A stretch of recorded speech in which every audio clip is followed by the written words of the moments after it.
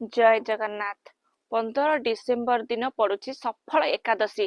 जहाँ भी आपण काम असफल रही जाइए आप सही दिन ये कम करंतु जे आपनकर सबु कार्य सफल ही हबो।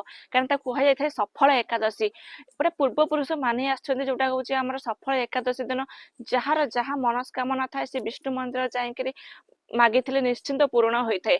आपण कोन करबे ना गोटे हळदिया पेपर नियंतु कारण विष्णुଙ୍କର अति प्रिय होछि हळदिया कलर। आपण हळदिया कलर पेपर ने हेते ग्रीन कलर पेन रे जहाँ भी आपनको विश अच्छे लिखि दिंतु आ प्रभु विष्णु पाखे हूँ अर्पण कर दिंतु। नचित आप मंदिर जापाना आप घर ठाकुर पाखे भी अर्पण करेंगे। आप अर्पण कर सारा जहाँ भी विशेष लिखिक अर्पण करूँ से निहाती आप विष्णु मंदिर जाकि आप प्रसाद रूपे चढ़ातु निश्चिंत आपंकर सब मनस्कामना पूर्ण हो। ता सहित आप छोटिया प्रतिकार आउ गोटे कौन आप निज घरे भी करेंगे।